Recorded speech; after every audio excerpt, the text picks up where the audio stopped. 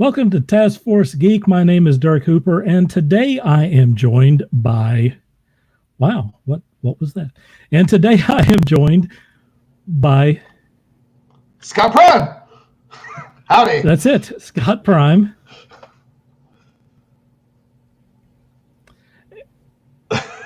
We're trying something new, different, folks. So, like, he's pressing buttons. He's trying. And Shawn. Hey.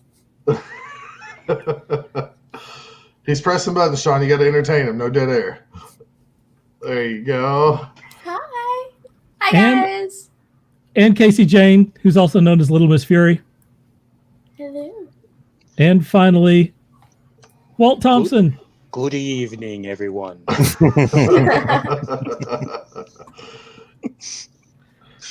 Here's the issue that I'm having. I am hearing myself talk. Oh, that's always bad, right? Oh, Why that is messes that? you up.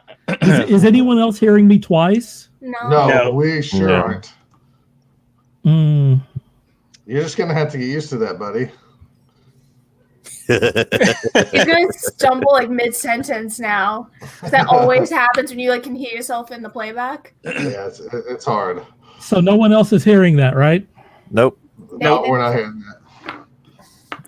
It's all you. I only hear you and Razor You Ramon's guys theme song talk right amongst now. yourself for a minute. Well, hello, guys. Welcome to the stream and the podcast, whatever we want to call it today. Hi. Hello, Howdy, everyone. everybody. How are we doing? We are all doing great. I think it's Dirk who's having a problem. Dirk is having an issue. That's Yeah, we're okay. doing good there. Did y'all see that cool logo that brought us in? That was really neat. I saw that. That's very new. loud. I definitely heard it. I actually remember whenever he was putting that together. I was watching him working on that, and I was all right. This will be cool. This will spice. And then I didn't see it again for months, and it's like, what the heck? Yeah, it's like it's like we're professional people and stuff. It's pretty awesome. So What do you mean, getting there. what? We And are then getting there. professionals. well, I mean, we've always been professional. Now, Dirk has finally made him look more professional. We've Round of always been. applause, everyone. Round of applause. All right. So what's everybody been up to? I will just kind of take over until Dirk figures out what he wants to do and where to go. How's life been treating everybody? It's been a couple weeks since we've seen CaseyJane and a couple weeks since we've seen Walt. How are you two doing? I am tired. That's probably because really good. we probably woke you up for the video cast or whatever you call this, didn't we? I'm not going to admit anything. Yes. No, it's great to be back, though. It's definitely great to be back. Hey, look at So that. here's the issue. Our man's back. Here is the issue. This is the first time this has happened. I had the YouTube channel open on my computer, and it was about 5 seconds behind everything else. So every time I talked, about 5 seconds later, I got that conversation right back in my ear. And there is no way that I can do this with hearing not just me, but I heard everyone. All 5 seconds delayed. It was driving me insane. If you ever want to drive me insane, that's the way to do it, folks. That's how you Everyone do take it. notes. Oh, holy cats. I'm never going to be on right. the stream again. Dirk hates me. Have it. Keep an echo box behind you at all times. Wow. I had that neat opening, and I've got this little star field and stuff, and then I screwed up with something silly like that.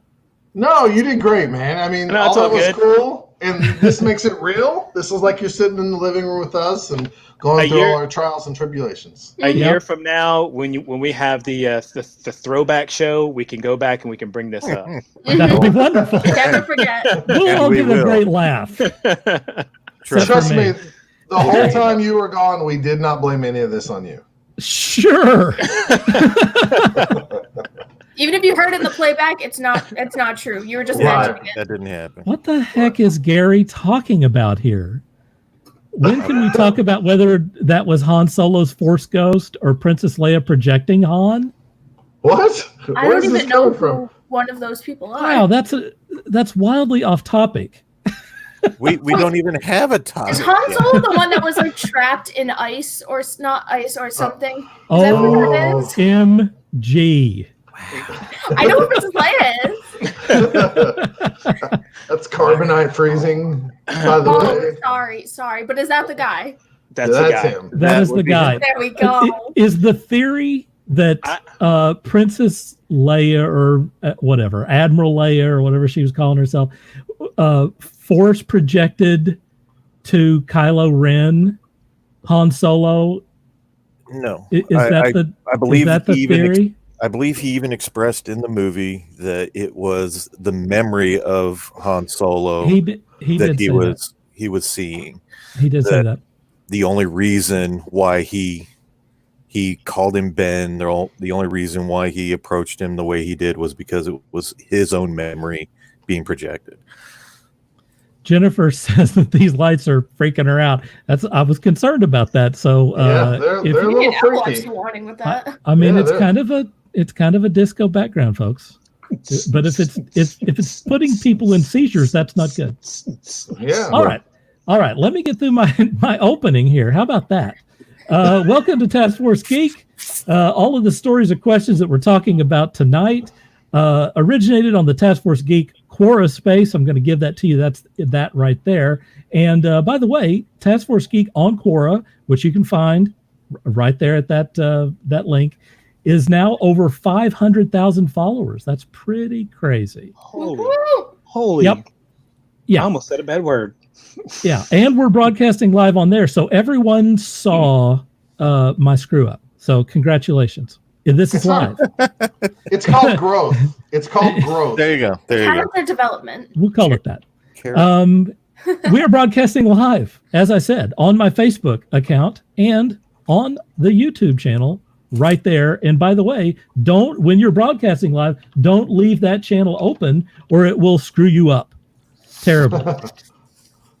And if you're watching live on Facebook or YouTube, then you can leave us a message on here. And if I like it, I'll put it up here. It doesn't automatically show up. Okay. That's it. That's what we got. So now we're on to game night, folks. And to begin this, I'm going to just say simply that I think it was Thursday night last week. We got together with Scott and Shawn and our buddy Rob, who was in the first episode, and we had a game night that featured Supershow, and Shawn got to learn that game. I got to watch them play a couple of rounds of that, and I have some pictures of this. You guys talk about that event while I'm showing you the picture. I think Shawn, if I remember correctly, beat me and Robert, so he's undefeated if I remember correctly. So far, who was he playing? So far, I am undefeated in my. Can we do a shout out for that table? That's a nice table. That's a very cool table. Yeah, Lee Campbell made that. Steve Campbell, who's going to be our guest next week on the show, his father actually made that. His dad is, I think, late 70s, early 80s. I could be wrong on that, but that guy could outwork about all five of us. I'm sure that's true. He's up early and he's up late. We're not very handy. And he hand built that gaming table. So nice. That's a pretty awesome gaming table. Shawn played with, I believe, Rising Sun. Is that right, Shawn? Yes, I think that is correct. Did you get Circled of the Sun? Yeah, I have the old school, the one even with Kamikaze that's no longer around. I thought it'd be best to show. I thought it would be best to show the guys, teach them some Supershow with the very first kind of characters that were out. So I got to play with Snake Pit, and then Robert played with El Super Hombre, and we played a few matches and shown the guys, and it was. For me, it was very comical because I play a lot of board games and card games. So, like, I always feel like I'm, like, learning as I go and I don't know the rules and the mechanics very well. And I'm finding out that when you show people who traditionally don't play these games often, like, the learning curve because you're just not used to stuff like that. Since Dirk has me highlighted anyways, I'm going to show – this is not the game art or the regular box art. This is the Kickstarter version of this big old box that holds some expansions. The game is called Raiders of the North Sea. After a few games of playing some Supershow, I asked the guys if they'd like to, try a hand at playing some, what I call traditional board games now. These are the ones you can find at hobby shops and, board game shops, around the places, not at Walmart or Target even. So these are what I consider, because I'm a game board snob, real board games. The guys, I think Raiders of the North Sea is an excellent game to show anybody. It's one of the few games when I'm working at the comic shop and game shop where I tell people, if you do not like this game, you can bring it back. We'll give you your money. And nobody has brought it back. They've usually come up to buy expansions. I'll let Dirk and Shawn talk about their experience playing Raiders of the North Sea. Shawn, go ahead, man. I'm trying to put some stuff up here so people can see it. There's some more Supershow. There's some Supershow. Good old Snake Pit. Oh, yeah, and then there's Scott, right? Look at that handsome guy. Look at that. There's Shawn while he's playing some Supershow. There's Rob. And then you went to this right here. That's right. There's a lot going on. That's all right. You feel overwhelmed. Just breathe, buddy. Just in breathe. through the nose, out through the mouth. Woosa, woosa. I know Dirk long enough. He's beating himself up because he thinks he's messed everything up and everything's fine. We're all going to make it. All right. All I know is I need to invest in a Supershow. I'm probably going to either get my own set either this weekend or sometime next month. But yeah, a wrestling game that's just be careful. Might I recommend Miss Fury competitor? we got Miss Fury in the pack that Steve was kind enough to send us. So we already have you, both of us do. And I'm going to do a little later on. I'm going to do a little package opening thing, like a video or something, so I can show everyone kind of what's going on with that pack. And after seeing the game, I think I have a pretty good idea of kind of what's happening there. But we had 4 characters, including Miss Fury, which was pretty cool. I have to think that Steve hooked us up with your character on purpose. So I thought that was super cool. And anyway, my impression of Supershow was that it looks like a really fun game. I desperately want to get a character of myself on that thing. I guess that's what everyone thinks, Also, I think it'd be fun to do some illustrations for that thing. But anyway, it was a quick game. It's the type of game that can you can play for 30 minutes or you can play for 3 hours. Whatever it is that you want to do, and you can play these different characters. It seems like it's pretty easy to pick up, and looked like it was pretty fun. The other game that Scott was talking about, what was the name of it again? Raiders of the North Sea. Raiders of the North Sea. I really liked the artwork on that. It was really cool. It's kind of more my type of game.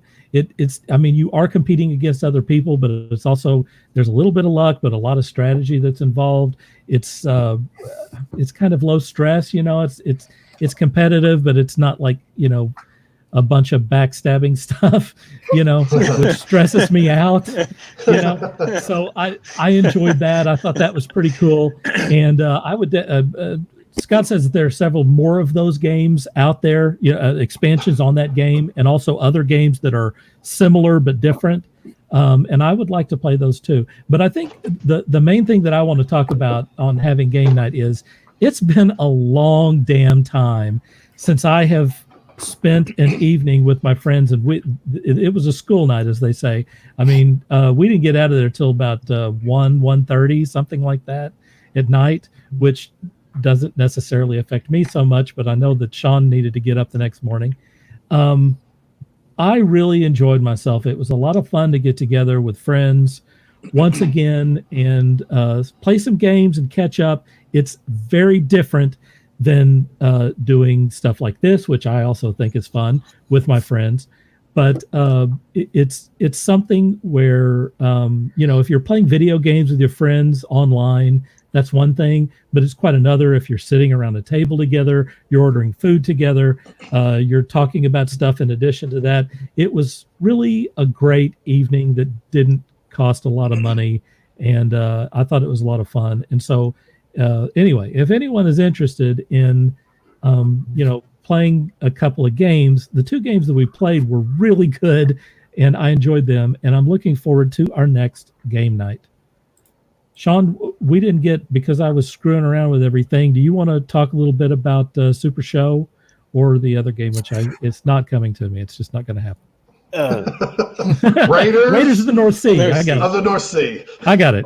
I can tell you, I I'm don't juggling too much. I don't play card games. I know, whenever the Magic, the Gathering came out real big and strong, I was into the artwork, but I never played any card games. So this was my first. It was interesting to get used to the mechanics of it, but once everything started clicking, it was a lot of fun. I know that I must have looked like I was trying to run through mud, because I'm trying to figure out what card does what and how this and that and the other. And thankfully Scott has a lot of patience for idiots like myself. And but in the end, it was a lot of fun. It was a lot of fun to play these, more so than I probably would have given it credit for in the beginning. Again, not knowing anything about card games. As far as Raiders of the North Sea, that was a hoot. I really enjoyed that one. Again, been a long time since I played any type of board game, and that was a lot of fun. That was a lot of fun to get into. You kind of see how things are set up and how things move along, and you start to strategize. And unfortunately, I'm probably going to end up stressing Dirk out next time, because I'm definitely coming for his throat. There's going to be some backstabbing in that game, I think. But no, this game, it was a blast. I really got into it towards the end of the game. Again, once I was familiar with how everything worked, and it was just a lot of fun. I can't recommend both of them more highly. Let's bring this out to everyone here, and let me put some of the comments up, because they're kind of funny. Steve says hi. I don't think we said hi to him. Hi, Steve. My best friend Steve. How you doing? Jennifer is not so sure about this background. We might change it. Everyone, please chime in. Whatever you think. Is it good? Is it bad? I agree with her.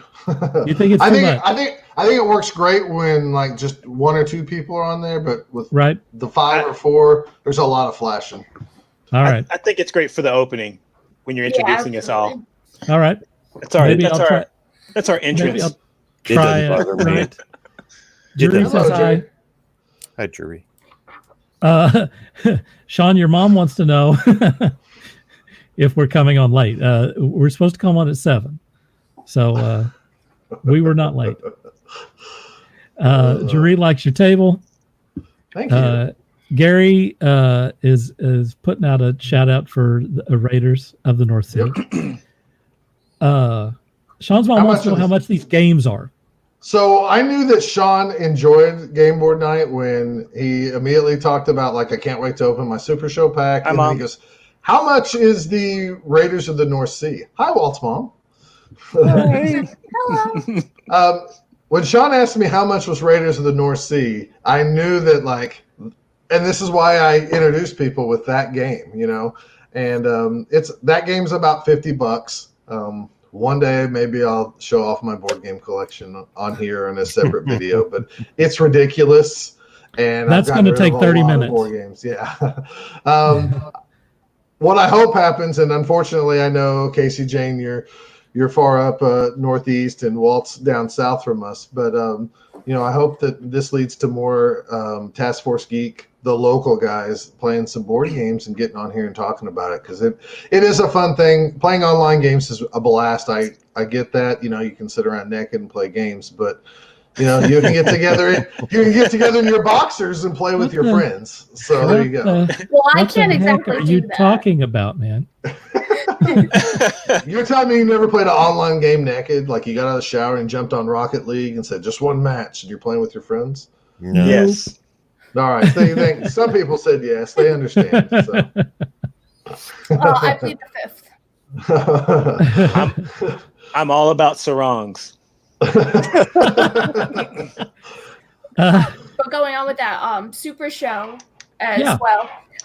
So you can get a 2-player box set. I have the site open right now, like I'm going through everything. So you get a 2-player box set. It's about $25, and that gives you 2 different competitors. The 1 to 27 has the finishers, crowd meters, and the dice that come with it. So it's a really good deal, to be honest with you. Yeah, it is. They're good values, and I think it's that's awesome. A good rundown. Thank you very much. Mm-hmm. I think it's really cool that Steve hooked up these two with some starter decks to get them started. So yeah, absolutely, it's fun. Can I say, Walt, that your mom checked in with us when you weren't on the show? When what? Yeah, you're right there. When you weren't on the show, your mom still watched us. Yes. Wow. I think that's pretty awesome. She has told me that she likes the conversation. So hello and welcome to your mom. And plus, thanks also for tuning in again. Mom is also an artist too. Because you're on. Mom's also an artist. Mom's an artist too. She taught art in high school for 26 years. So or was it 24? I don't remember. She needs to send us something. We'll put it up on here. So that's awesome. Shawn's mom says hi, and Shawn Murphy says I'm naked right now. Awesome. Good for you. We're all proud of you. Woohoo! Feeling very uncomfortable. Steve knows Mama Thompson, right? Yes. All right. Let's see. Let's go to our next subject. Oh, by the way, before I get out of this, thanks to Steve Resk for sending both of us a package. I really want to do a video on that, so I'm going to be doing that soon. But thank you very much for sending that stuff. It's not the last time that we will talk about Super Show, I promise you. No. You need to get both Steve and I on here one night for that. Yeah, for sure. That's a great idea, especially if he's got something new coming out or he wants to push something. We'd love to have both of you on at the same time. That would be awesome. All right. So our next subject is a death match between Jack Reacher, James Bond, John Wick, and Jason Bourne. And you can break this down however you want to. The first person I'm going to go to is Walt. Oh, the first thing that came to mind with this was that everybody's first name starts with a J. Exactly. Wow. I didn't even catch that. Everybody's first name starts with a J, and I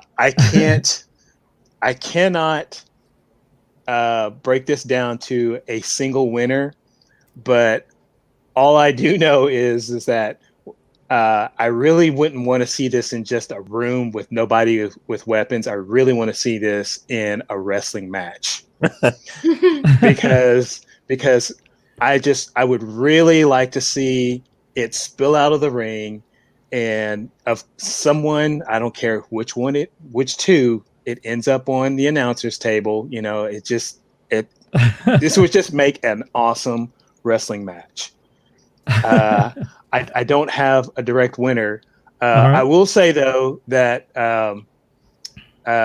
when it comes to James Bond, though, which James Bond do we want in there to be James Bond? Right. So that's a good question. Because I brought this up to a friend of mine, and he goes, "Well, you know, there was a time when James Bond took a guy out without even throwing a punch. All he did was just hand him a cigarette case and told him that it would explode." So that's a good point. So I don't know. I think it would be a fun fight. Be pretty epic. Yeah, it'd be pretty epic. I don't care who wins. I really don't care. It's all good. Don't care. It's all good. Gary says that Bond has no chance unless the others tell him how they're going to kill him beforehand. Exactly. Yeah. He's got a point there. He's got a point. All right, we're going to go to CaseyJane. So everyone, here's where my lack of knowledge shows. I personally love John Wick. I love John Wick, and so I'm gonna have to go with John Wick on that. Like, you piss this man off enough, he will find a way. So I haven't seen all the James Bond. I don't know who Jason Bourne is. I do know John Wick very well. All right. Don't judge me. But I Not judging. Not judging. All right. John Wick. Not judging. All right, we're going to Shawn next. This is his reaction. Oh, Shawn is judging me. I am not judging you. They're going to have to judge two of us here in a second. Let's go. Okay, let's see. If anytime somebody brings up James Bond, Amy. immediately my mind goes to Sean Connery. So let's use that as a base. If Sean Connery Bond is involved in this, he will be dead almost immediately. If you fast forward to the Daniel Craig, who was a bit more street fighter, he was grungier. He really got into the mix, so he would put up quite a bit more resistance. But I still think that it would be between Reacher and John Wick. Jack Reacher and Jason Bourne both utilize Krav Maga, I believe, and John Wick uses a stylized gung fu. So those are probably going to be your two tougher opponents in this particular death match, and I have no idea which one of those. If there's a pencil, John Wick's going to win that one. All right, Scott, you're up next, buddy. Well, it's a good thing Patrick Swayze from Roadhouse wasn't in this. Otherwise, he would topple all of them. But since so I'm kind of like Casey Pain Jane. don't hurt. Pain don't hurt, Scott. I'm like CaseyJane. I've never seen Jack Reacher besides trailers. I know I've seen a Bourne movie at some point, but I don't remember anything about it. And I've seen James Bond, but my James Bond that I always relate to is the first one I saw, which was Roger Moore, and he's kind of a dandy. So I think he's the first one that gets eliminated by far. I haven't seen a whole John Wick movie, but wow, I've seen about 30, 45 minutes of it to know that, man, this guy is like a brutal. He's just I can't even say it because I'd cuss, but he is a butt kicker, and especially if he's motivated by just well, these men killed your dog, he's going to eliminate all of them. But if Patrick Swayze was in this, I would have to say Patrick Swayze. Wow, but he's not, so I'm going John Wick. Listen, if anyone did anything to my dog, I would do exactly what John Wick would do. I'm just saying. Agreed. Agreed. Exactly. Amy says blood and gore will be heavy if John Wick is involved. Very true. Jerry says John Wick went to war over his dog. You got to root for him. Yeah, for sure. Dog hair, don't care. I love my dog. Wow, look at just Sean's watch John Wick mom. movie, and she's saying the word that you didn't say, there, Scott. She's getting naughty. And then Jennifer says that she's team John Wick. I'd like to point out we had 3 women just chime in, which is pretty cool. All right, so here is the way I'm going to break this thing down. And I've given this way too much thought, I promise you. James Bond, his major thing, he's just a regular dude, but he has this ability, he has this luck ability. And it's not like the Marvel character with luck, Domino. It's not that sort of luck, but every so often he gets a little a lucky break or something. But I don't think that's going to be good enough, so he's going first. The other normal person in this group is Jack Reacher. And he is, especially if it's Tom Cruise, he's going to go next. Yeah, for sure. Which is going to leave Jason Bourne and John Wick. Jason Bourne is not a normal person. He is genetically altered. He is a creature of science. So he thinks faster than the normal person, and he is stronger than the normal person, and he can heal faster than them. So you have to take that into account. John Wick, on the other hand, is the Baba Yaga. He is a force of nature. He's a superhero living in a world not our world. He's living in an assassin world, which does not exist. So my winner of all of this is the force of nature. It's metaphysics versus science. I'm going to pick John Wick. There's how I break that down. Let's go. I like that breakdown. That was a good breakdown. Thank you very much. Yeah, You thought about this a lot. This is what I do. overthought I, that. I need you to do this. Need you to do this right here because your nose is bleeding. You really thought that one out really well. This is the way I do it, folks. All right. We are well on to our next subject, which is, are Marvel movies actual cinema? So a little while ago, Martin Scorsese said, quote, "So you might ask, what's my problem? Why not just let superhero films and other franchise films be? The reason is simple. In many places around this country and around the world, franchise films are now your primary choice if you want to see something on the big screen. It's a perilous time in film exhibition. And there are fewer independent theaters than ever. The equation has flipped, and streaming has become the primary delivery system.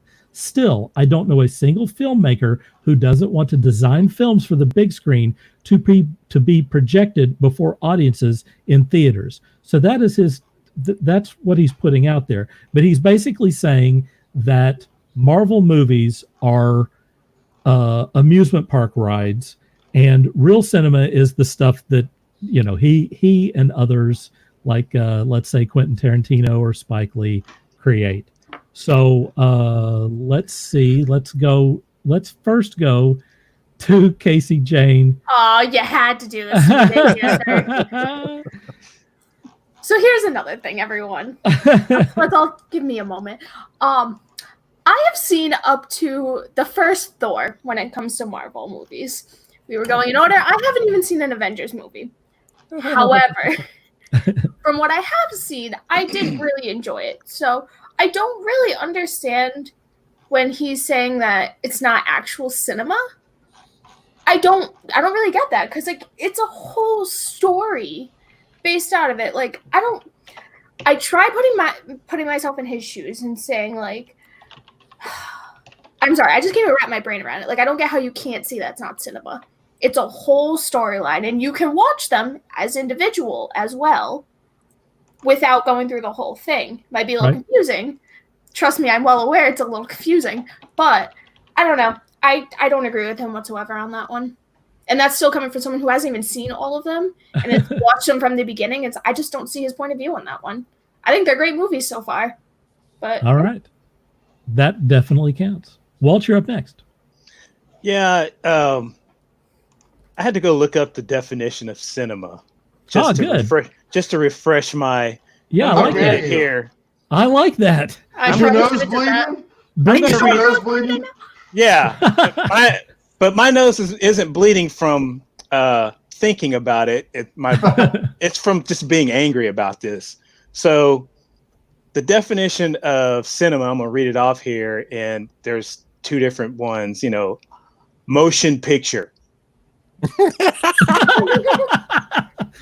Excellent. You know, usually used attributively, you know, and then it's like, you know, a motion picture theater. Okay, so the art or technique of making motion pictures. Right. So basically, his argument isn't that superhero movies or the Marvel movies aren't cinema. What he's saying is that's not his particular type of genre that that entertains him. Right. So it's cinema, plain and simple. It's cinema. I mean, who's it? Scorsese. I mean, his genre is mostly what, gangster movies? Yes. So mostly. I like gangster movies. I like superhero movies. I hate rom-coms. You know, so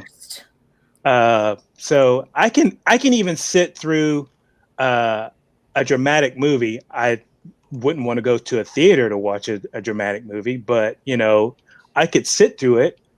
I mean, technically anything you see on TV, even if it's made for TV, that's a motion picture. That's cinema. So I don't know. It's a stupid argument to say that it's not cinema. It's All right, cinema. Scott, you're up, buddy. As my children would tell me, okay, boomer. Here's the deal. If you read the article a little bit further, it goes and he talks about what he grew up on and what he recognizes as real cinema and stuff like that. And we almost all kind of do this to maybe just a fault, or maybe it's just how we remember things. You know, like I remember the era of Justice League International.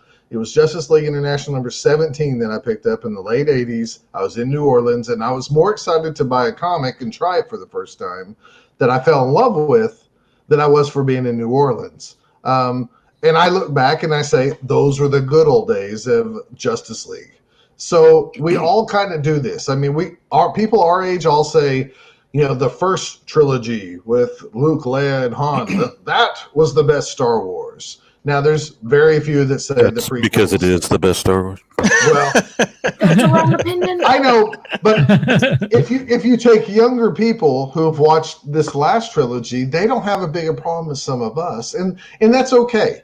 I get what he's saying. I respect his opinion, and it's just that. It's just he grew up with something different, and you know, people don't care about that. And you know, he would be just as happy if one of his gangster movies or whatever reached this many people and loved it. And I mean, most people love his movies either way. So it's kind of like Gary's saying, it's kind of snobbish for old school Hollywood to say, keep doing your movies and enjoy it and be happy. And, you know, we'll keep watching some Marvel movies too. And they are kind of a roller coaster. They're a style, and we enjoy them, and we go to the movie and we smile, and we laugh, and there's serious moments, and then we chuckle again in some of the serious moments. I mean, there's a formula to them. So I get what he's saying, but I mean, like, relax, dude. You've had your time. You've had your glory. You made your money, and you get all the great credit anyways. You know, he mentioned a few directors about people he liked, you know, and in the article and stuff. And he's not wrong, but at the same time, he's just kind of almost sounds grumpy and bitchy, like I would if you said, "How's the latest Justice League?" And I'd say it's not as good as it was in 1988. You know, when I picked up Justice League number 17. With Kevin Maguire art and Keith Giffen and James DeMatteis writing it. I mean, that's the same feeling. So we all can relax, and we'll all take our okay boomer moment and move on. Okay, boomer. Hey, Ronnie. There you go. All right, Shawn, you're up next. I can agree and disagree at the same time. I know what he's saying, and I agree that the Marvel movies are roller coasters. They're spectacles. They were created, designed, and generated for large audiences on a huge screen so people can suck down their Cokes and eat their popcorn. They are not meant to tickle your brain. They're not meant to make you think about social issues. They're just meant for you to escape the real world for a time and to just sit around with friends and enjoy with the large crowd. I mean, if you go online, one of the biggest things they have is spoiler alert. Whenever Captain America picks up the hammer and the entire audience loses their flipping minds, being a part of that crowd is what cinema is for. That's what those Marvel movies are for. That's what drives us to the theater, to not just see the movie, but to experience it. And that's what these Marvel movies do. So to call them not cinema, I think, is a little snobbish. Again, had to put Gary there. But at the same time, I understand what he's saying, that they're not movies like in his vein, where he's trying to show another side of the real world to the audiences. I personally, I don't want to see the real world when I go to the theater. I live in the real world. Felt that. I don't want any more of that. I want to get rid of that for a moment. For a hat tip to Ronnie there. I want to go see the Lord of the Rings, so I don't have to think about rush hour traffic and am I going to make my mortgage payment? And I don't want any of that. I want to forget the moment and just enjoy a good story and a visual feast for the eyes. So Scorsese, suck it. and it takes me back to the old serials, the old black and white serials. You look at Flash Gordon, for example. I mean, that was cinema. That was cinema, exactly. That was what everybody. Rocket Man. Right. That's what everybody. Here's my quarter. I'm going to sit here for the next 3 or 4 hours and just watch a bunch of crazy, fantastical things appear in front of me. Right. While I take advantage of the air conditioning. I just want to look at Tony Stark personally, but I digress. He's a good-looking man. I can't deny it. He's a good-looking guy. I'm not a big fan of Pepper Potts, but you give me some you give me some Black Widow. We're rocking. It's a good balance. All right. Well, my thought is, for those who don't know, I took 6 years of filmmaking in college, so I'm into snooty cinema, and I think that I think both things are true. I think that it's a shame that you can't get funding or you can't fill movie theaters now with quality films. People basically, at this point, if they're going to spend the exorbitant fees to go see a movie, and we haven't gotten to see a movie in a while because of the thing that must not be mentioned. Backstreet Boys reunion tour. Yes, the Backstreet Boys reunion tour. You're going to be spending anywhere from $10 to $20 to go see a movie, and that doesn't include the price of popcorn and a Coke or anything else that you're going to do. If you're going to go see a movie, you want to be entertained, you want to have a good time, and you want to see a spectacle. You want the roller coaster ride. And when you look at stuff like the last Mission Impossible film, which was absolutely a roller coaster ride from the very beginning all the way to the end. I mean, like you couldn't catch your breath because so much crazy stuff was going on. And most of the films that are doing well right now are these spectacle films, and that's very much on Marvel because they are that thing. I enjoy a film like Blade Runner 2049, which is a lot more cerebral. It's not a real big action film and stuff. I like the fact that they spent however much, $180 million or whatever on that film. That sort of thing is going away because, frankly, if it is cerebral or it's something that Martin Scorsese is going to create or whatever, people don't want to spend $10 or $20 on that because the movie experience is not going to improve the quality of that movie. You can watch it at home and get just as much out of it on Netflix as you're going to get out of it in the theater. If you're going to go spend the money in the theater, you're going to want to be dazzled. You want to see special effects. You want to see some action. You want to see some exciting stuff. So I think both things are right. I think it's a shame that you can't go to the theater now and see kind of adult cerebral type cinema because people don't want to spend the money on that anymore. But that's the reality of where we are right now. On the other hand, Shawn mentioned the moment in Endgame where Captain America picks up that hammer, and I can't think of a circumstance where I was more moved emotionally by any film, no matter what it is. I mean, I was screaming at the top of my lungs. I was insane at that moment. I'm not listening. I'm not listening. Nothing else in movies compares to that. I'm willing to spend the $10 or $15, $20 to have that experience around a big crowd of people and in that moment and see it on the big screen with the great sound. in a dark theater, that is worth my money. Also, speaking of Marvel films, Guardians of the Galaxy Volume 2, I cried at the end. I won't give away why, but what happened to Peter Quill in rapid succession there, with one person who was a father figure and then another person that was a father figure, was very emotional for me, even back then. And as I think about it now, it's even more so now, because I'd recently lost my dad. So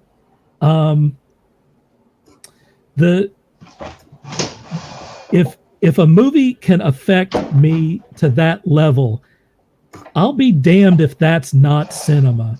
So you can cram that up your whatever there, Martin Scorsese, and make better films. Get better. Look at the scoreboard. Get better. So how about better? Mic drop. I also want to say, you bring up that moment in Guardians. Whenever was it Logan? When Logan came out, and someone give me the thumbs up when I can listen. What are you talking about, Ronnie? Ronnie, you look like the villain from Iron Man 1. What kind of fever dream is going on over at your house? When Logan came out, and we actually saw the collapse, what's the word? The decrepitude of the Wolverine character that we've seen in so many X-Men movies, that we'd seen in his own solo films and whatnot. Whenever that movie came to its climactic end, you want to talk about pulling on the heartstrings. That one had me a blubbering idiot. And much like you, Dirk, it came, I believe that came out the summer after my dad had passed, and I was just filled with, I was still reeling from that moment, and then to kind of excise that emotion with this movie, that really talks to the power of that film and its performances. And it's a superhero movie. So again, Scorsese, you can suck it. So what you guys are telling me is I need to get mentally prepared for this. Yes. Oh yeah. I'll just say, depending on. I saw Endgame twice in the theater, and as did I. I was prepared the second time, and the second time, I just immediately pulled out the tissue, and there were two girls sitting to my right, and I could hear them sniffling, and I gave both of them a tissue, and then I took a tissue for myself, and the girl was like, "Are you handing me a tissue?" I'm like, "Yeah." She's like, I go, "This is my second time, and I came prepared this time." And I was wiping the tears from my face. So, yeah. I can honestly say, the second time I saw it in the theater, I think I was more emotional than I was the first time I saw it. I agree. Yeah, I knew it was coming. I was too. The anticipation for that scene, knowing that the scene was coming, I think that really seeing it the first time, you're trying to keep up with everything that's going on and figure it all out. The second time, you know what's going on, so you get to kind of get swept away with it, I think. And so, yeah, I mean, it was worth my money. I'll tell you this: I certainly would not have wanted to spend $15 to see The Irishman. No. I still haven't seen The Irishman. I'll add one more thing. The first time I saw Endgame, it's 12 hours long. I saw Endgame with my mom and dad, and and the big huge emotional scene in Endgame is when my mom handed me tissue, but she asked me first. She goes, "Do you need a tissue?" I said, I've been needing a tissue since this movie started, Mom. She goes, "What?" I said, "Yeah, I've had tears in my eyes when this movie and the opening credits came up. My eyes were already watering." She's like, "Why?" I said, "Because I'm just so happy that this movie finally happened."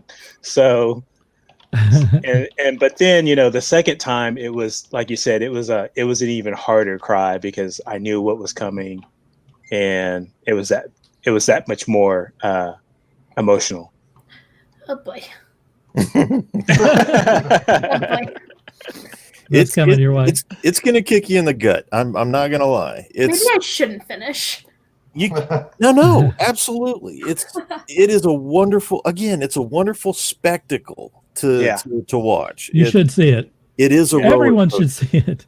It is a roller coaster, but by God, it's a fun roller coaster. And even with its conclusion, you're still reeling from the moments. And I said moments because it's filled with moments, with, joy, with sadness, with hope, and it's just a fantastic series. I can't go on anymore. It's just a fantastic series. Watch the two back to back. It's only 5 hours of your life. It's great. I've done worse. I've watched all Harry Potter at once. So, but the real bookend is the Far From Home. Spider-Man. That's the real bookend. That's the real bookend. So kind of the after effect there. The prologue. By the way, Gary, thank you for what you said earlier. I didn't put it up on the screen, but thank you. He says, I think I love Marvel movies so much because they're the movies I dreamed that they'd make when I was a kid. Yeah, we weren't getting those, back in the before times, as Scott says. Roger Corman tried. Corman tried his best. Heavy emphasis on that tried. Delane wants to know if Scott cried. For Endgame? I'm probably the only person here that did not love Endgame as much as these guys did. So I would. We're running out of time. We could go over why Scott hated Endgame. To be fair, I did not watch it twice. It was one of those I really should probably watch one more time before I say I totally hated it. But I watched it at the theater, and it's what I expected, but not what I wanted. So there you go. But they didn't ask me, so it doesn't matter. All right. We're going to go on to the next subject, and that is basically, look, we could talk forever about all of the different games that are coming out, but basically what I want to do is throw this to the group and say, did you see the reveal for the PS5, the video that they put out, and what is your general impression of what's coming down the pike from the new PlayStation, folks? And whoever wants to take that, just count out, and I'll go to you. Anyone? Okay, I'm going to go to CaseyJane. Walt's going to tap his vein. So I watched the reveal for both the PS5 and for the Xbox Series X. I'm very excited for both of them, to be honest. I primarily am a PlayStation player myself, but with just all the new games coming out, I'm really excited. I definitely want to see how the graphics look, like from personal, like not from what they're just showing. But it looks really cool, and I'm very excited to see the new generation of consoles. And I think it's going to be pretty decent. I mean, a little biased here, but see? Well, I can't say. I have both. Both. But wow. I'm going to be getting both consoles. But definitely getting PlayStation first. Very cool. Yeah. Steve says that Gran Turismo 7 made him in-game cry. Yes. Yes. What do you think? What do you think? Have you seen the initial video of the stuff they put out this week? Yeah. That I watched the Spider-Man sequel game, which is Miles Morales. Miles Morales, right? So good. Oh yeah, my! That looks good. I mean, the first game. That's the reason why I bought a PS4 in the beginning, was for the Spider-Man game, and then I decided, well, since I'm a Gran Turismo fan too, and an Ace Combat fan, I got all three games together, and the Spider-Man game was just it's you want to talk about crying at the end of a movie. When I got to the end of that game, I cried because it felt like you were playing a movie. The way the storyline went, especially the last when you get to the last level and you're going up against Dr. Octopus, the way that they did that scene, I'm like, okay, what's going on here? Everything keeps repeating. I'm like, oh wait. So you know how they have the animated cinema trailers in between things? Mm-hmm. In the final battle, it's a playable animated scene. Wow. And it's like, this isn't going to end until I start pushing buttons because it just keeps repeating itself over and over and over again. And I sat there for like 3 minutes wondering what was going on. I was like, oh, wait, I'm supposed to be playing this. And then finally you're playing out that little final scene, and then it finishes the rest of the scene. And I was like, okay, I'm a little emotional over this. So wow. Especially with the storyline. The storyline was phenomenal. Throughout the whole thing, especially with it being New York City, a totally playable New York City. It's awesome. So I can't wait to see that one. Delane loves your hat. Yeah, people down here in Texas hate this hat. What is it? It's a longhorn upside down. It's an upside down longhorn. There's a big Oklahoma versus Texas college rivalry, and that's the down horn symbol that Texas fans cry about. So it's The Rock's old tattoo upside down. Gotcha. Pretty much. What was the Star Wars game that you showed, Keith?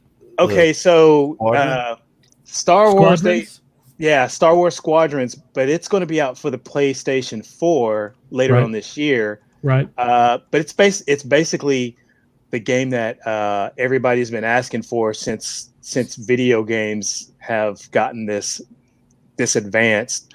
If you've ever been to an arcade lately, there's Sega did a kind of the same thing where you could play either an X-Wing pilot or a TIE fighter pilot.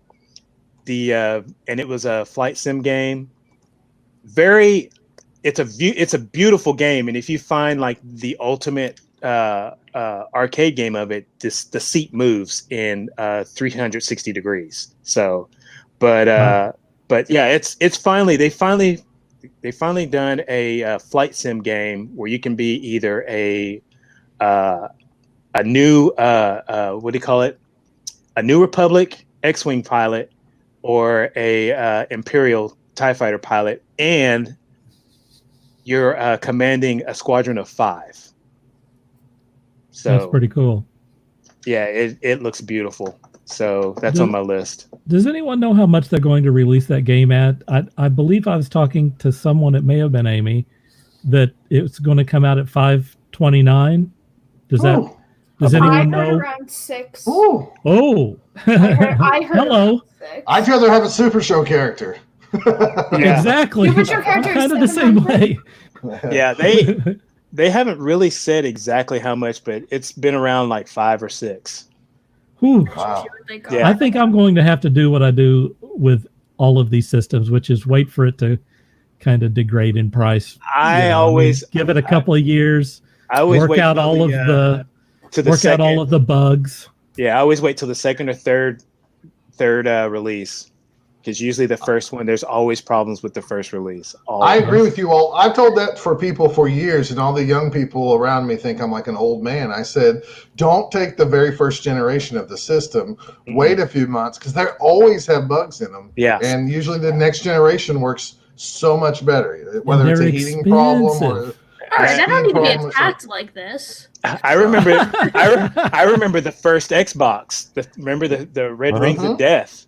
Yeah. So, that's what I tell people. Wait, unless it's a Nintendo product, I totally disagrry with. Those usually are always solid for some reason. Now, they're not super machines like the Xbox and the PlayStation 5.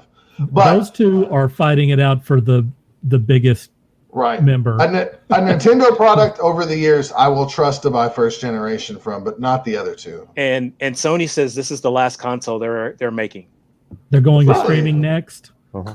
I hate that. They said it's going to be the last. It's going to be the last console. I do not trust streaming. because I don't either. It fails too often. If streaming goes down, you can't play games. Right. If you have a bad connection, you can't play game. I mean, that's a disaster. I hope that doesn't come true. Oh, I was watching the iRacing when racing was on hiatus, and the drivers were racing with iRacing, and some of them were missing races because they couldn't get the stream to catch up. So some of them were lagging, and you could see it in the gameplay. Their cars would just kind of skip because they were time travelers. Yeah. Yeah. A glitch in the matrix. If you guarantee that every household has terabyte internet access, then I'll be okay with it. But until then, forget that. That's ridiculous. Yeah. I don't like that. Shawn, do you want to chime in here, man? You didn't have your moment. I'm an Xbox guy. I've been an Xbox guy for ever. That's not to say that I don't like PlayStation. The first console that I purchased with my own money was actually, I take that back. That was an NES. The first console that I bought with my first credit card was a PlayStation. I've enjoyed the PlayStation brand and all its games, but there's just something about the Xbox that really spoke to me. But anyway, I'm with Scott. I don't generally like to mess with the first generation of any console, but I got to say, if they come out with an Xbox X that is a Cyberpunk special edition, I'm probably going to have to buy that day one, and that's going to make me cry. Oh, let's talk about Cyberpunk for the next 3 hours.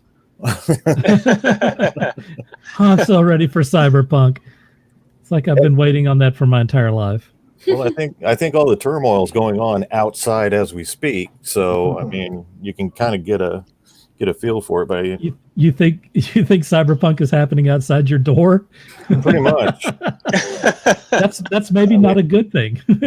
I think all they're missing are the cybernetics, the angst and the gangs and all that. I believe that's going on outside. Interesting. Very interesting. Does anyone else have any thoughts about the PS5 or the whatever Xbox is coming out with? Because they're all going to put it out. So I noticed that in the trailer I saw, and I didn't watch much. I only watched the PS5 trailer, then I watched the Miles Morales trailer. Right. The graphics look incredible. Mm-hmm. Yeah. But this new streamlined box that has the wingtips and everything. It's so pretty. Get out of here with that garbage. That thing's going to fall down and chip and everything else. And then in about 9 months, we're going to have the sleek PS5 edition and it's blue or something goofy like that. Whatever. That's just dumb. But I know that I'm an old man and that's okay. But I did notice more than anything, they're going to sell a digital version, PlayStation, and then one for like your games. Right. Yeah. So if you just want to download I'm curious the games, to the big gamers here, which is CaseyJane and Walt, which one are you going to buy and why? Oh, hey, that's a good I'm question. not getting the digital. I'm probably just not digital. No, I'm not gonna go. I'm not gonna get digital either. So Interesting. you can't go by me because I don't pay for my consoles. I got them from sponsors. Right. So I'm getting the first edition that everyone wants to talk crap about. No. If we were getting it for free, we would take it. If we were getting it, if somebody were to give me one, I'm not going to complain. Yeah, my company gives them to us. But if That's I have awesome. great. Yeah, that's great. That means we need to have you back after one day of playing that thing. Yep. Yeah. We got to know To how give it us is. a review. Yeah, Absolutely. definitely. Practical Scott wants it to be like a box that's made out of bricks. kind of, like a metal box. I want it to be very plain with one button, and it doesn't have to have wingtips and falls over. Well, the Xbox Xbox X is pretty plain. X is a brick. Yeah, that's an actual brick. I'm just saying they is, always yeah. come out with these fancy things, and then later they have some sleeker version, and you find out that because it was unbalanced on one side, or they put the heater fan in the wrong area, or something, and then we have the sleek version, Azul. It's like, oh yeah, the blue one. Yeah. Thanks, bro. Sounds to me like somebody got burned by a PlayStation at some point. There's something. I did not, but Dave Myers did. I remember our buddy Steve went through multiple iterations of the Xbox that kept giving him the screen of death. Yeah, this was maybe a couple of generations ago, but his experience with that makes me not want to get one of these new outfits. And our friend Dave Myers, who was your roommate at one time, Dirk, he went through a couple PlayStations too, because he had to have the first generation. And Dave worshipped at the altar of that PlayStation. I'm looking at both every of my morning he got up and he bowed before it, and he gave it some offerings, and he made love to that machine like you wouldn't believe. You have no idea the love that he had for whatever Final Fantasy game that he was playing. I mean, he was like, he would get so mad when something would happen in the middle of one of those cut screens, because the cut screens in Final Fantasy go on for like 8 hours. And if for some reason it got locked up or something happened and he had to play the thing over. Oh my God, Dave, it absolutely ruined his life. He got Donald Duck mad. He just was like, Donald Duck mad is the correct phrase. See, I can't judge him with that one, because as I'm looking at both of my PlayStation 4s, because my first one wanted to die on me, there you go. Which was a first edition. See, there you go. In my defense, though, it's because there was a power outage and it was on when the power went out, and it just fried it. I was able to fix it. But I got a PS Pro after that. But it was the Black Ops 3 edition. I had to have it. I was so lucky that they're like, oh, you want the Black Ops 3? We'll give you that one. But I'm just looking at both of them right now, like, felt that one. Yeah. It's always like those. It's like those first generation ones are made out of porcelain, and then the next edition's made out of like neoprene. So you can throw it across the room, right? You can smash it, you can submerge it in water, and they're gonna work fine. Yeah. So unfortunately, you're probably real close to correct, because they set these deadlines for production, and to That's try a good to point. recoup their monies, that they do put out products that aren't quite ready for the market, and then with that time to further sturdy their hardware, they do put out the quote neoprene version, and that's a lot of it. And to throw in something else, I mean, we just had the that virus that shall not be named, that probably cut in production time. Oh, absolutely. So they're going to be rushing to get these things made.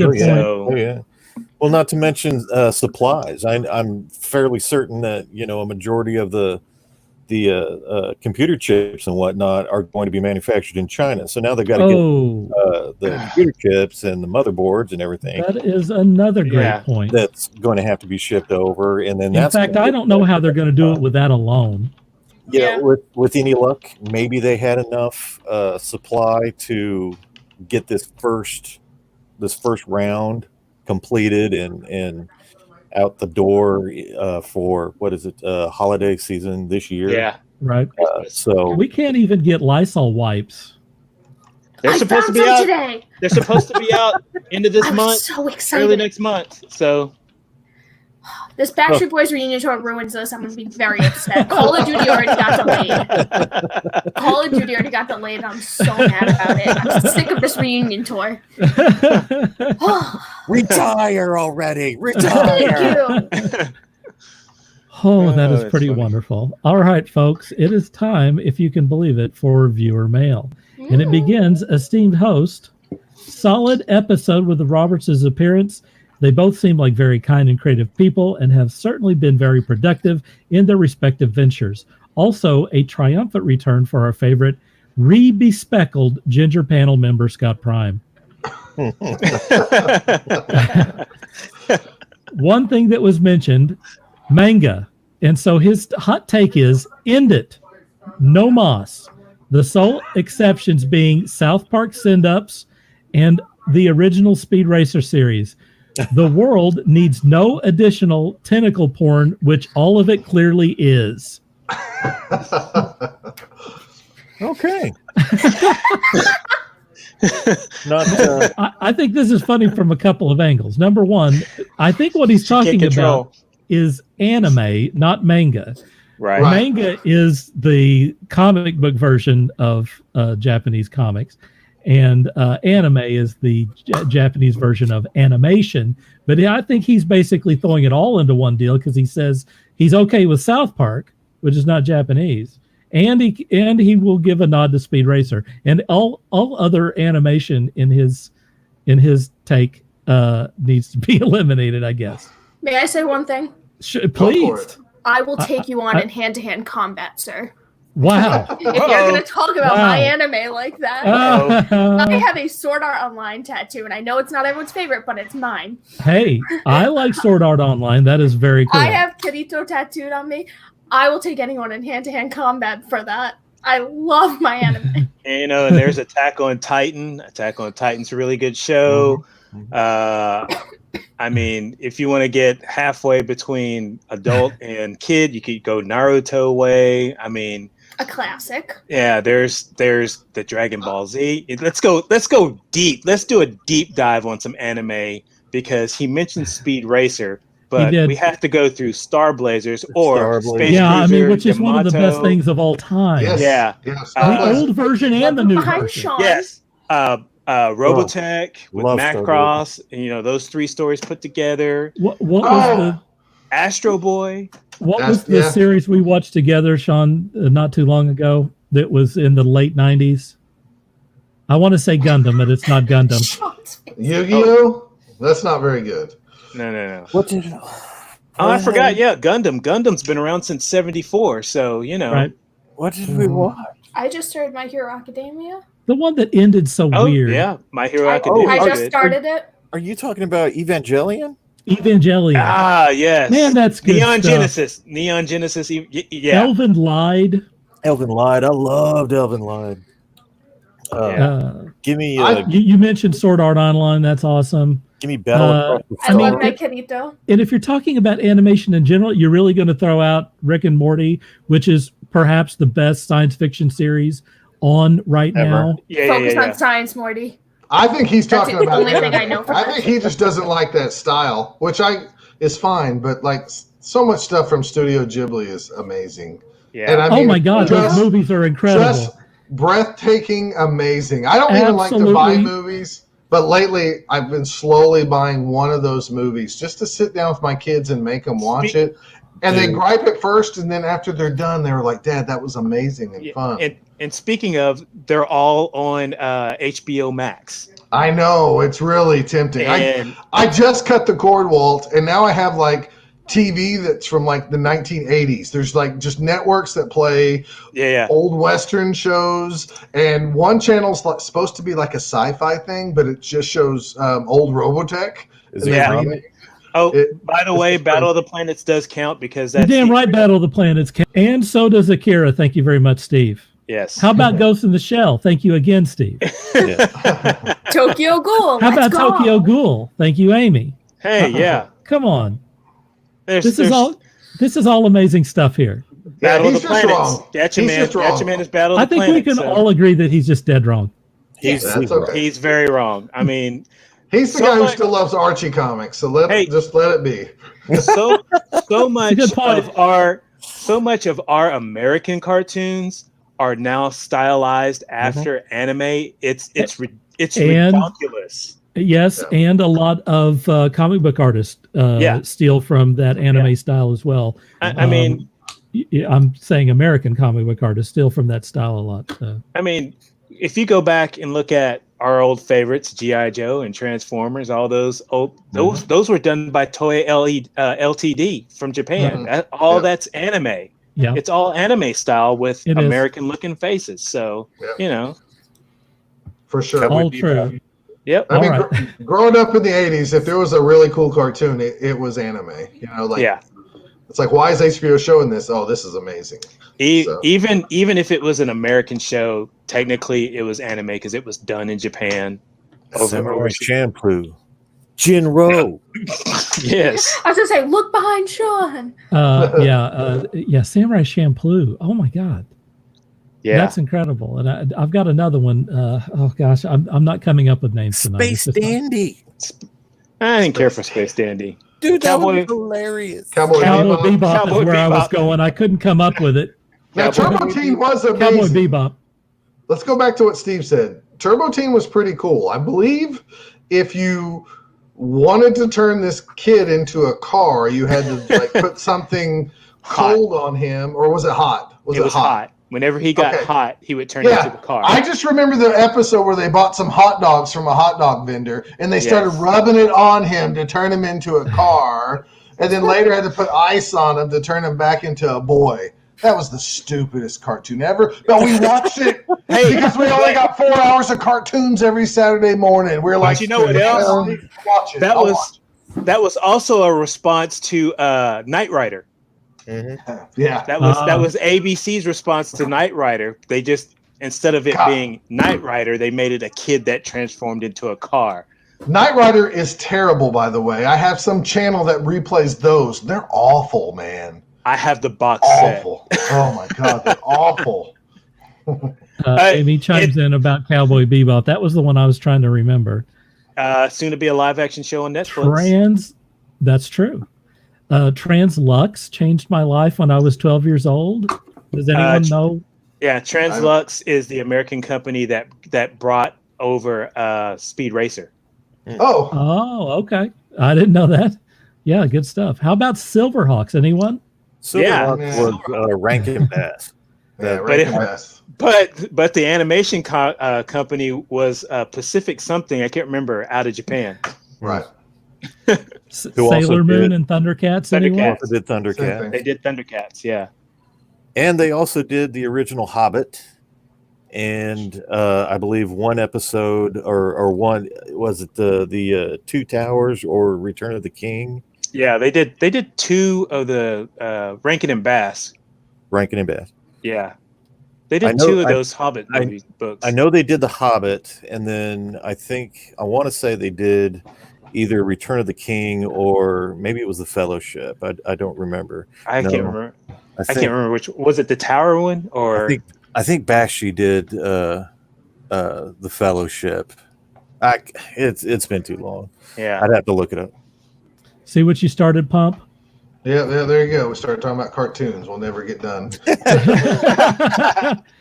Okay, so back to his message here. He says, also, Shawn is correct in ordering Cesar Romero's Joker as the best screen adaptation of the character, and Jack Nicholson is the least favorite.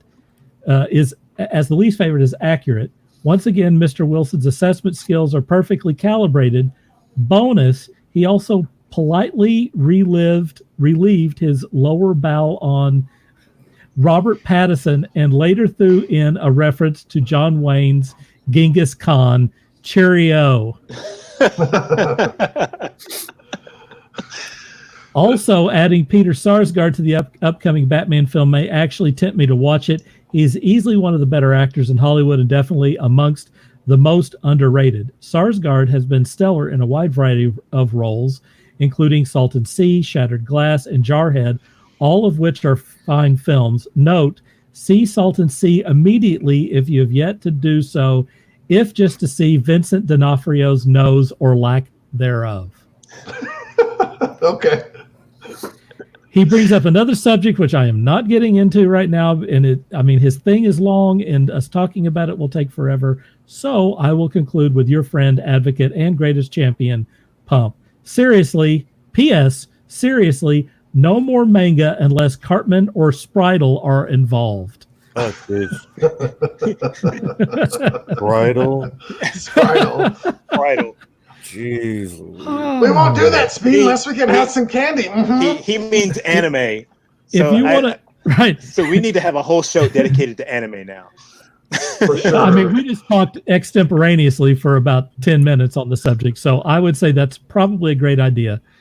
No, we need to do at least one show of nothing butt anime, Yeah. Pump will love it. So now whether he likes it or not. we're going to go to what are you watching, reading, or playing right now? And for our first person, we're going to go to CaseyJane. So last time I talked about this, I was watching the Undertaker documentary, The Last Ride, and we're still on that, boys. Wow. Nothing has changed. The new episode, new chapter just came out. I cried very much so again, and I'm still on that, and that is that. It's a great documentary. Nothing wrong with that if you enjoy it. That's cool. Shawn, you're up. Honestly, I haven't really had time to watch or read a whole lot. I did purchase, which I think I mentioned in the previous show, I'd purchased the novel by our previous guest, and I started to read it, but I haven't gotten real deep into it yet. Did you buy the book by Megan Roberts? Oh yeah, I had bought it. I had bought. Is that a word? Bought? It is now. Had purchased. I had purchased that book previous. Innsmouth.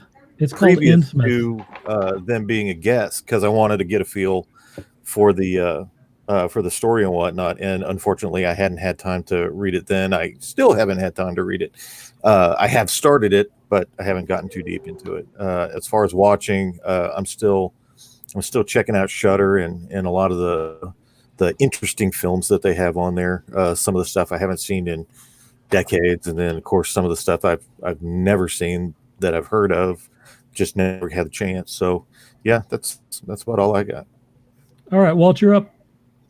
Okay, so I've been watching HBO Max. Interesting. And mainly what I've been watching has been their, because they have it broken up into categories.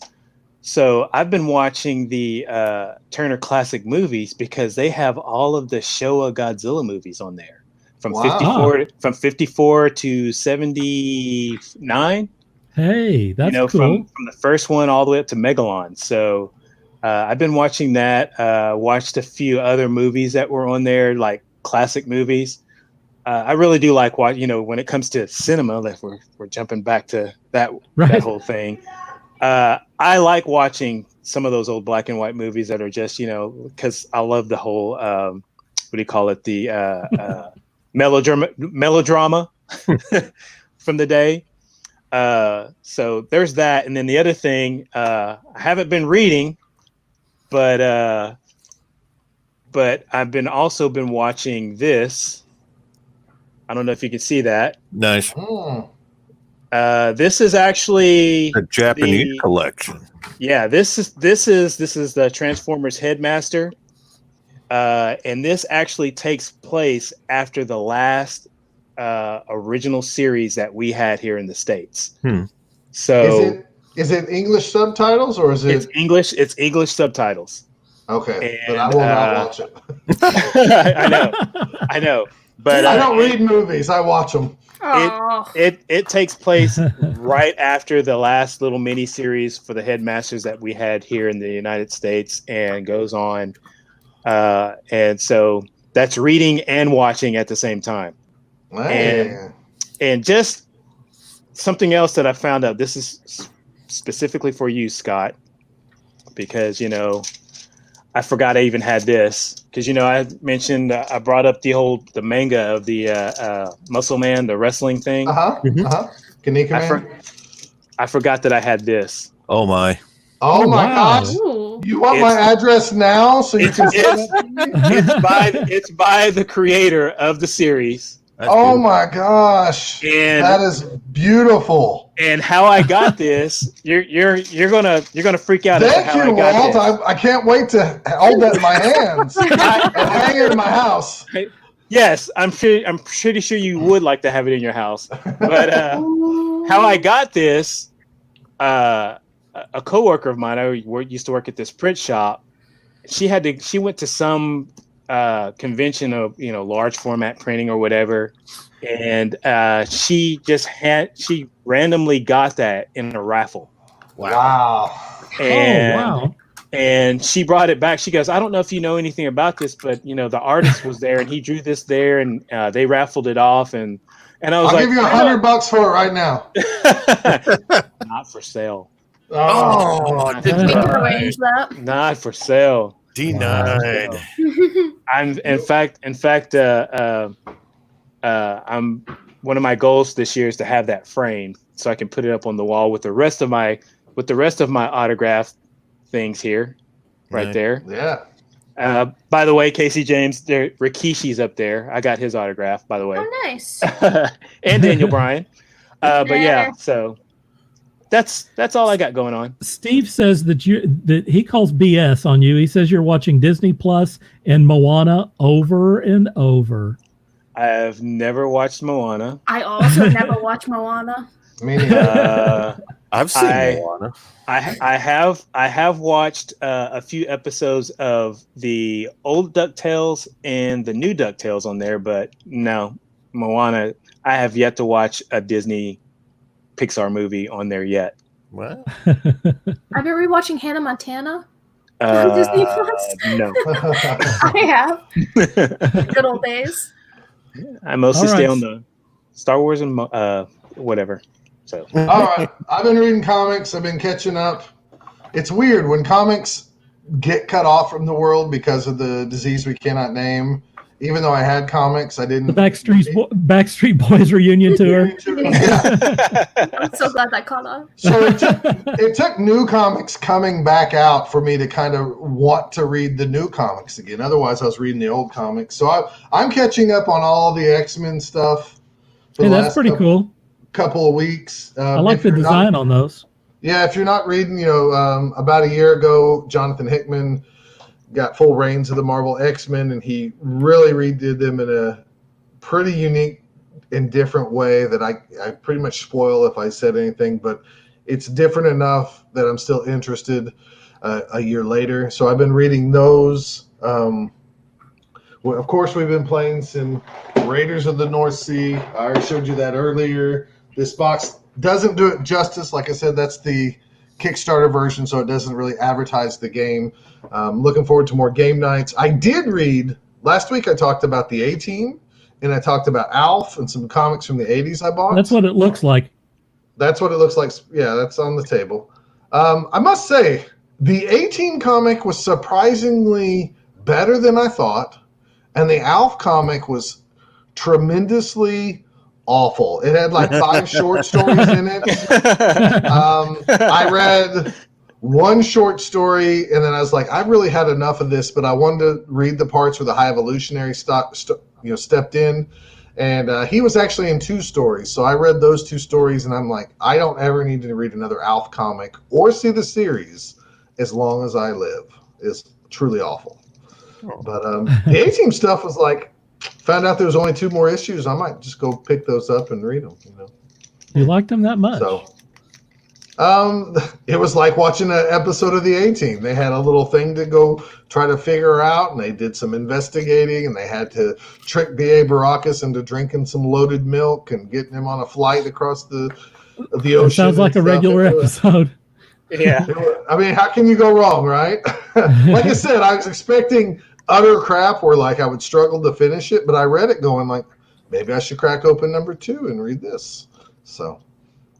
All right, the thing that I'm reading right now is exactly what Scott just mentioned, which is The House of X and the Powers of X by Jonathan Hickman. It's how many issues? Is it 12 issues altogether? Well, there's 6 issue of each? series, but they intertwine them in a way that you really should read them in the order that he presents them in. I'm reading the trade paperback, and right in the middle of it, it gives you two issues of one of those.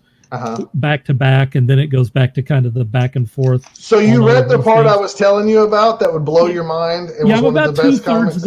I'm about 2/3 of the way through the thing. Can we talk about it, or should we not talk about it? Well, I don't know in case somebody's out there. Maybe we should save it for a future episode, letting people know that we will talk about it. I feel like I need to ask a question. Maybe I'll ask it off the air. Okay. I think one of the characters who is revealed to be a mutant was never a mutant before. No, is that correct? She was not. Mm-hmm. Okay. So anyway, his take on this, and by the way, let me say first that the artwork in this series is really top notch. It's really good stuff. One of the artists, and I'm not sure which one it is. There are two main artists. Has a style that's very reminiscent of Neil Adams to me, and I was very impressed. But the other guy's very good too, as a matter of fact.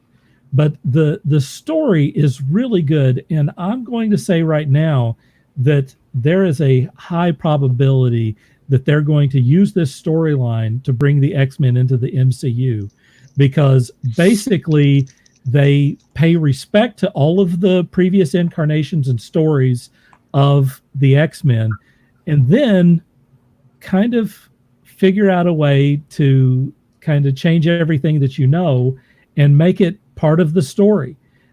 It's pretty cool what he did on this thing. It did blow my mind. It was very good. I can't wait to finish this series.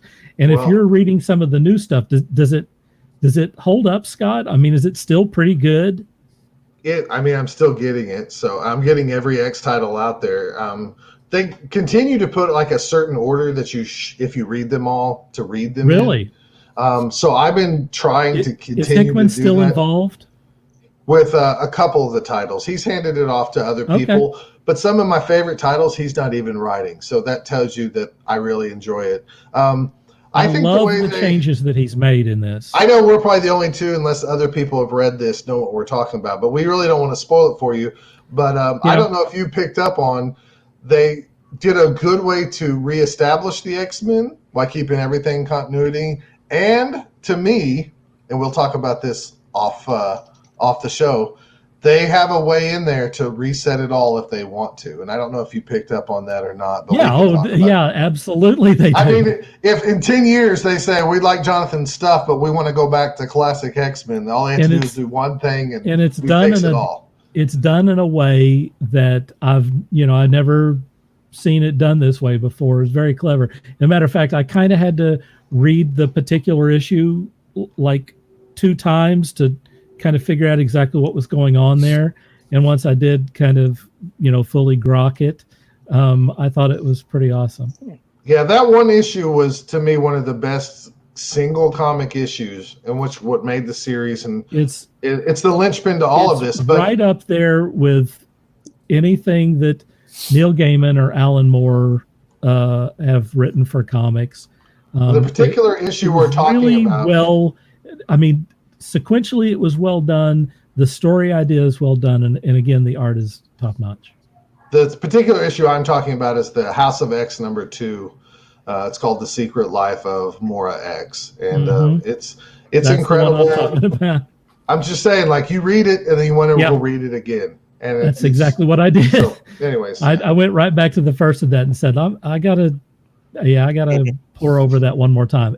So anyway, I'm reading. I've been distracted this whole time. I'm sorry. She's like, I need to go. I'm like, she's telling you, man. She's She's so cute. Excuse me. Let's see your. You're being odd, man. Let's see your dog.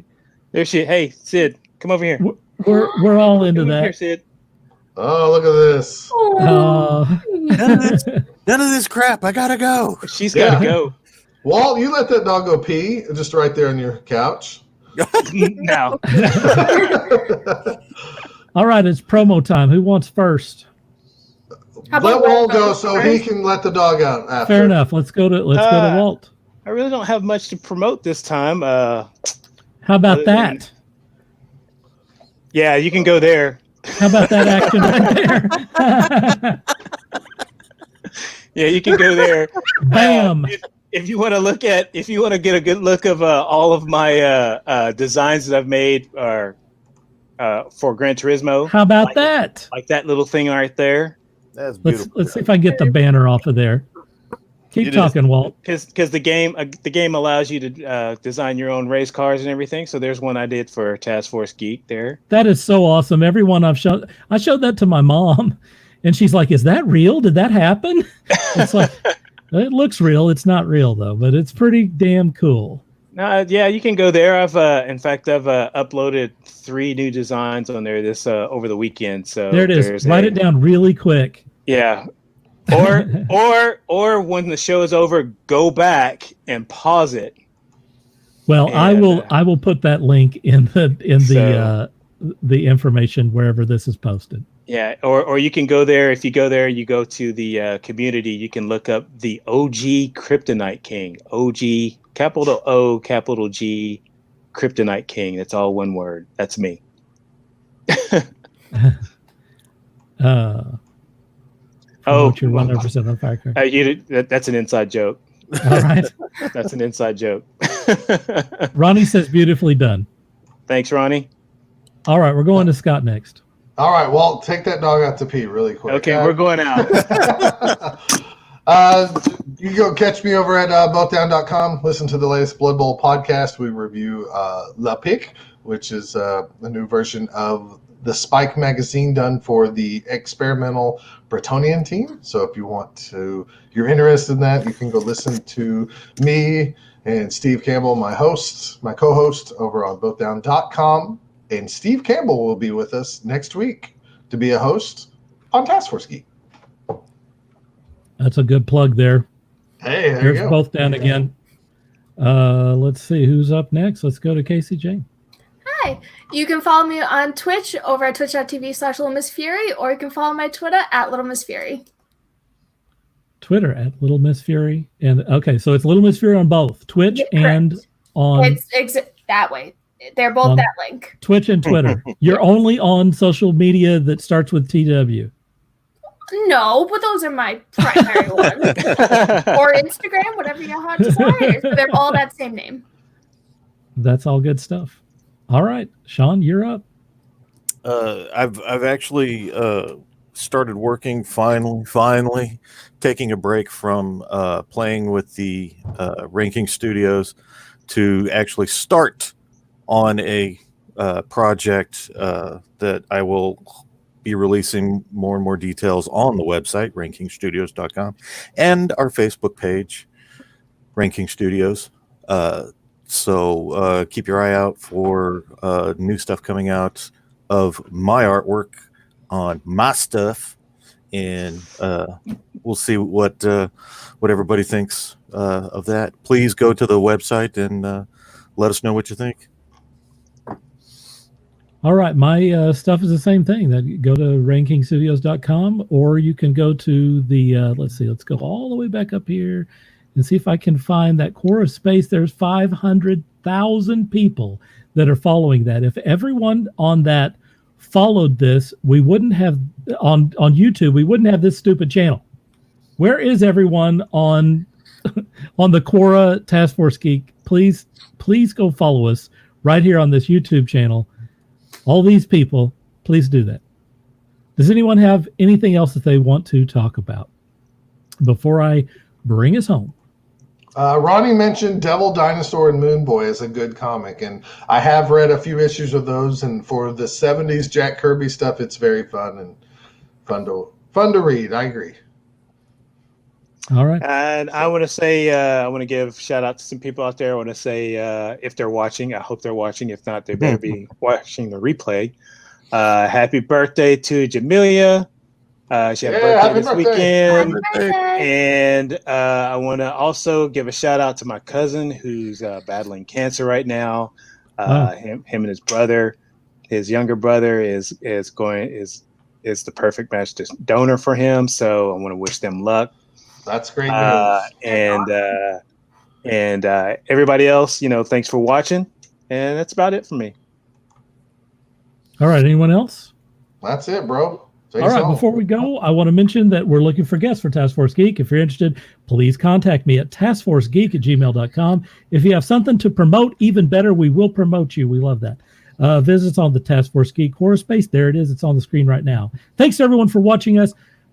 Please leave a like or share wherever you see this. It makes a huge difference. So for Scott, Shawn, CaseyJane, Walt, and me, Dirk Hooper, until next time, much love to you all and dream hard.